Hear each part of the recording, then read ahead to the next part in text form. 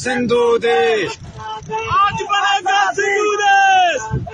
आजादी कल बना था बांग्लादेश, आज बनेगा सिंधु देश। कल बना था बांग्लादेश। आज बनेगा सिंधु देश। सिंधु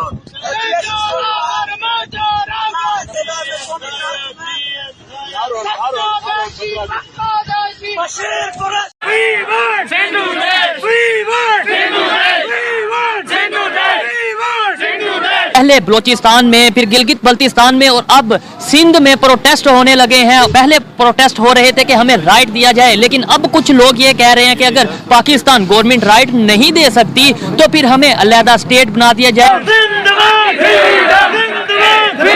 बलोचिस्तान का साबिक वजीर आला कह रहा है कि जिनके खिलाफ तुम लड़ रहे हो फौजी ऑपरेशन बलोचिस्तान। दोस्तों, आपने ये छोटा सा वीडियो देखा, आप देख सकते हैं किस तरीके से इस वीडियो में बात हो रही है सिंधु देश के बारे में। सिंधु देश के नारे लग रहे हैं पाकिस्तान की सिक्योरिटी फोर्सेस के सामने, तो ये एक बहुत बड़ी बात है। और सिंध के बारे में बहुत सारी चीज़ें मैं बताऊंगा कि ये सिंधु देश शब्द कहाँ से आए, सिंध के बंटवारे के टाइम पे क्या सीन हुआ था। पहले ये पूरा वीडियो देखते हैं, वीडियो के लास्ट में करते हैं इस टॉपिक पर डिटेल में बात। अगर आपको ये वीडियो पसंद आए तो प्लीज़ चैनल को सब्सक्राइब करिएगा, इसी तरीके के वीडियो आपको मिलते रहेंगे। फूड की शॉर्टेज तेजी से बढ़ती जा रही है, रेट दिन ब दिन बढ़ते जा रहे हैं। पहले बलोचिस्तान में, फिर गिलगित बल्तिस्तान में और अब सिंध में प्रोटेस्ट होने लगे हैं। और पहले प्रोटेस्ट हो रहे थे कि हमें राइट दिया जाए, लेकिन अब कुछ लोग ये कह रहे हैं कि अगर पाकिस्तान गवर्नमेंट राइट नहीं दे सकती तो फिर हमें अलहदा स्टेट बना दिया जाए। पाकिस्तान की पब्लिक से, पंजाब की पब्लिक से ये पूछूंगा कि आखिर क्या वजह है कि पाकिस्तान की गवर्नमेंट क्यों राइट नहीं दे पा रही। और ये जो प्रोटेस्ट हो रहे हैं बलोचिस्तान में, तो हम कह देते हैं कि इंडिया की इन्वॉल्वमेंट है, रा की इन्वॉल्वमेंट है। गिलगित में भी हम यही कहते नजर आते हैं। क्या सिंध में भी हम ऐसा ही कोई लॉजिक रखेंगे या फिर अपनी गलती को देखेंगे और उसे बेहतर करेंगे। पाकिस्तान में फूड क्राइसिस बहुत तेजी से बढ़ते जा रहे हैं। और इसके अलावा पहले बलोचिस्तान, फिर गिलगित बल्तिस्तान, अभी सिंध में प्रोटेस्ट चल रहे हैं। और ये कह रहे हैं कि अगर आप हमें हमारे बेसिक राइट्स नहीं दे सकते तो सिंधु देश हमें अलहदा कर दें, मतलब यह है कि वो हमें एक अलहदा स्टेट बना दें। क्या कहना चाहेंगे इसके ऊपर, कुछ लोग ये जो कह रहे हैं। जी, मैं आपका शुक्रिया अदा करता हूँ कि आपने इस मौजू के लिए मुझे चुना। लेकिन ये अलमिया है पाकिस्तान का कि आपने सिर्फ और सिर्फ बांग्लादेश इसीलिए अलहदा करवाया था हमसे कि हमने उनके राइट्स भी उनको नहीं थे दिए। अगर आपने राइट्स सूबों को अपने नहीं देने या उनके साथ हमने हुस्न सलूक अच्छा नहीं करना तो ऑटोमेटिकली बात है कि लोग अपने हक मांगेंगे। आप यकीन करें कि सिंध में सिर्फ और सिर्फ पानी इसलिए नहीं निकाला जा रहा कि हमें कहीं से फंडिंग आनी है, वो हमारी फंडिंग ना रुक जाए। अभी तक सिंध में टोटल पानी वहीं का वहीं खड़ा है कि उनका दिल नहीं करता कि पानी निकाले, क्योंकि पानी निकाल दिया। फ्लड वाले पानी की बात कर रहे हैं। वही आपने ये फंडिंग तो बहरहाल बहुत ज्यादा आई है, ऐसी ऐसी जगहों से आई है जहां से हम बायकॉट, फ्रांस की अगर बात करें जी, हम फ्रांस को कोई रिलेशन नहीं चाहते, फ्रांस को बायकॉट और फंडिंग वहां से ले लिया है। हमने बांग्लादेश की बात किया कि कतर में बांग्लादेश हमारे से लहदा हो गया, हमने राइट नहीं दिए थे। क्या देख रहे हैं अभी हम जैसे प्रोटेस्ट हो रहे हैं, जैसे वहां के लोग डिमांड करने लगे हैं। ये मेरे ख्याल से अभी पहली दफा ऐसा हो रहा है कि सिंध में ऐसे प्रोटेस्ट हो रहे हैं। बलोचिस्तान में कभी पहले होते थे, गिलगित में भी शायद अभी पहली दफा हो रहा है। अब हर जगह पे बलोचिस्तान हो, गिलगित हो या सिंध हो, वहां पे वो कह रहे हैं हमें अलहदा स्टेट बना दें। मैं आपसे रिक्वेस्ट करता हूं, आपका बड़ा ज़बरदस्त मौजू है, इसको आज ही इसके आगे बांध लें ताकि ये बढ़ता जाएगा। आप हर सूबे को उसके हुकूक दे, हर इंसान को अपने हुकूक दे। एस्टैब्लिशमेंट परेशान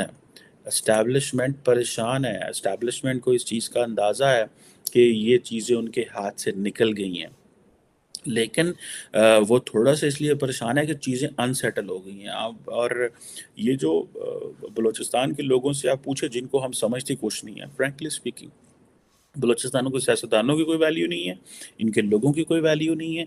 अब मज़े की बात है कि बलूचिस्तान का साबिक वज़ीर आला कह रहा है कि जिनके खिलाफ तुम लड़ रहे हो, फौजी ऑपरेशन बलूचिस्तान में कर रहे हो, ये आज़ादी की तहरीक लड़ रहे हैं।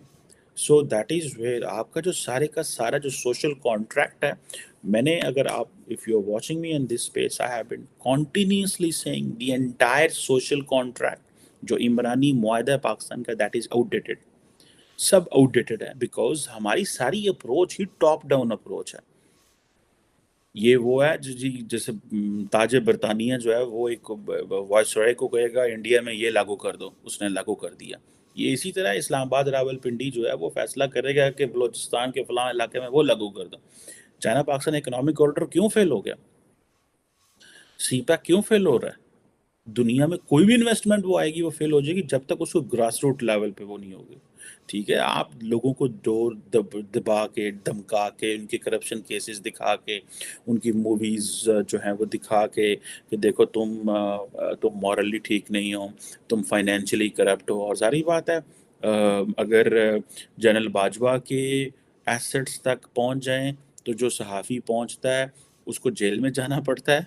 हालांकि वैसे मजे की बात है, जिस बंदे ने जनरल बाजवा के एसेट्स पे स्टोरी की है वो न्यूयॉर्क में बैठा हुआ है, हियर इन यूएस, और जिसने वहाँ पे लोकल इन्फॉर्मेशन दी उसको पकड़ के जेल में डाल दिया। हालांकि वो तो विसल ब्लोअर है, उसको तो खबर जो है उसको नेशनल सिक्योरिटी कंसर्न कर दिया। और जब पाकिस्तान के एक सिटिंग जज, ठीक है, काजी फायज ईसा, जिनको मैं हार्वर्ड यूनिवर्सिटी में मिले भी थे, और is a very upright justice, और उन्होंने बड़ा की नोट एड्रेस दिया, बड़ा मज़ा आया उनके सुन के। उनके डॉक्यूमेंट्स जो है वो लीक कर दिए गए, बता दिए गए अवाम को, और वो जारी बात है डीप स्टेट के लोगों ने किए। तो लोग कुछ दिनों को पूछा ही नहीं कि चीफ जो, और मज़े की बात है इस साल वो चीफ जस्टिस बनने वाले हैं पाकिस्तान के, जस्टिस काजी फायज ईसा इस साल चीफ जस्टिस बनने वाले हैं। उनके डॉक्यूमेंट्स, उनकी जो पर्सनल वेल्थ है, उनके खिलाफ केसेस बन गए बिकॉज उन्होंने एक साबिक जो जनरल साहब थे उनके बारे में कहा जी कि इनकी सियासत में इन्वॉल्वमेंट के ऊपर चेक करे। उन्होंने कहा, फौजियों ने कहा यार ये बंदा तो है वो हमारे खिलाफ साढ़े घाटे पै जाएगा, सानू साढ़े गिटियां बह जाएगा, इन चौक के फारग करो, इसके खिलाफ जुडिशियल रेफरेंस बनाओ। और इमरान खान को इस्तेमाल किया कि तुम इसके खिलाफ जुडिशियल रेफरेंस बनाओ।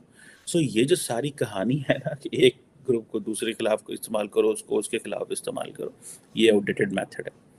लोगों को ग्रास रूट लेवल पे नीचे से पूछें वो क्या चाहते हैं, लोगों की बातें सुने, लोग आपके मुंह पे। दोस्तों ये वीडियो यहाँ पर होता है ख़त्म। आपने देखा किस तरीके से बात हो रही थी सिंधु देश के बारे में। सिंध जब बंटवारा हो रहा था तो सिंध का साथ आपको बता दूँ सीन क्या हुआ था। सिंध में जो मुस्लिम, एक तो बंटवारे के टाइम पे मुस्लिम डोमिनेटिंग एरिया में मुस्लिम ही वोट डाल सकते थे। तो भारत में तो हुआ सीन क्या, यूपी हो, सीपी मतलब सेंट्रल इंडिया, और जो यूपी तो आप जानते हो, बिहार तो जानते हो आप, बाकी जो मुंबई वगैरह तो आप सब जानते हो। उस टाइम पे इनके नाम महाराष्ट्र वगैरह थे नहीं।